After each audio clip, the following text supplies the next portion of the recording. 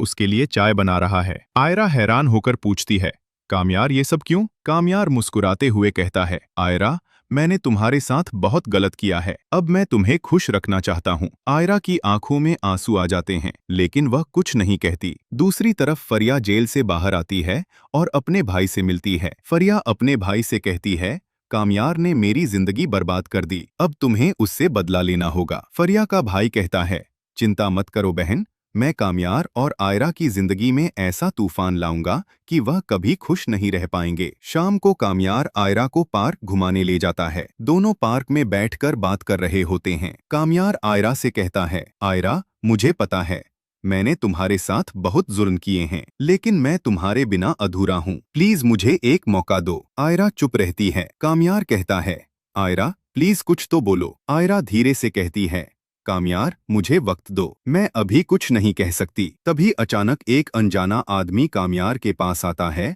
और कहता है, कामयार साहब, आपसे कुछ जरूरी बात करनी है। कामयार हैरान होकर पूछता है, तुम कौन हो? वह आदमी कहता है, मैं फरिया का भाई हूँ। तुमने मेरी बहन को जेल भिजवा दिया, अब मैं तुमसे बदला लूंगा। कामयार गुस्से में उठता है और कहता है, तुम्हारी हिम्मत कैसे हुई मुझे धमकी देने की? फरिया का भाई मुस्कुराता है और कहता है, यह धमकी नहीं वादा है, और चला जाता है। आयरा डर जाती है और कामयार का हाथ पकड़ लेती है। घर वापस आने पर कामयार अपनी दादी को सारी बात बताता है। कामयार की दादी परेशान होकर कहती है, बेटा तुम्हें सावधान रहना होगा, फरिया का भाई बहुत खतरनाक लग रहा है। कामयार कहता है, दादी, मैं आयरा को कुछ नहीं होने दूंगा, मैं उसकी हर कीमत पर हिफाजत करूंगा। रात को कामयार आयरा के कमरे के बाहर खड़ा होता है। कामयार सोचता है, मैंने आयरा के साथ बहुत गलत किया है, अब मैं उसे खुश रखने के लिए कुछ भी करूंगा। कामयार दरवाजा खटखटाता है। आयरा दरवाजा खोलती है। कामयार कहता है,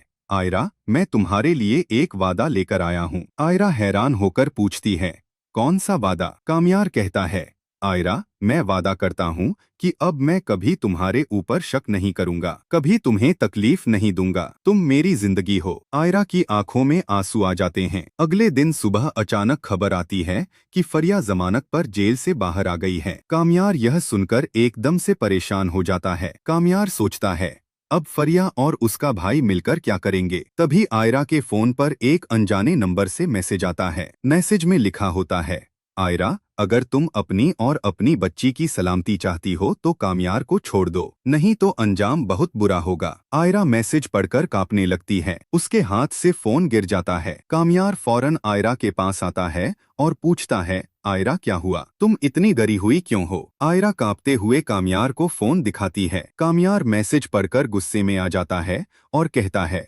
यह फरिया और उसके भाई का काम है, अब मैं इन दोनों को नहीं छोड़ूंगा। कामयार फौरन पुलिस को फोन करता है। पुलिस आती है और कामयार सारी बात बताता है। पुलिस कहती है, हम फरिया और उसके भाई को जल्द से जल्द पकड़ लेंगे, आप चिंता मत कीजिए। लेकिन उसी रात फरिया का भाई कामयार के घर में छुप जाता है। आधी रात को जब सब सो रहे होते हैं तो फरिया का भाई आयरा की बच्ची के कमरे में घुस जाता है। आयरा अचानक उठती है और बच्ची का रोना सुनकर कमरे में जाती है तो वहां फरिया का भाई खड़ा होता है, जिसने बच्ची को गोद में उठा रखा है। आयरा जोर से चिल्लाती है और कहती है, कामयार, कामयार, मदद करो, मेरी बच्ची को छोड़ दो। कामयार फौरन आयरा की आवाज सुनकर कमरे में आता है और फरिया के भाई को देखकर उस पर टूट पड़ता है। दोनों में जोरदार लड़ाई होती है। कामयार फरिया के भाई से बच्ची को छीन लेता है और आयरा को दे देता है।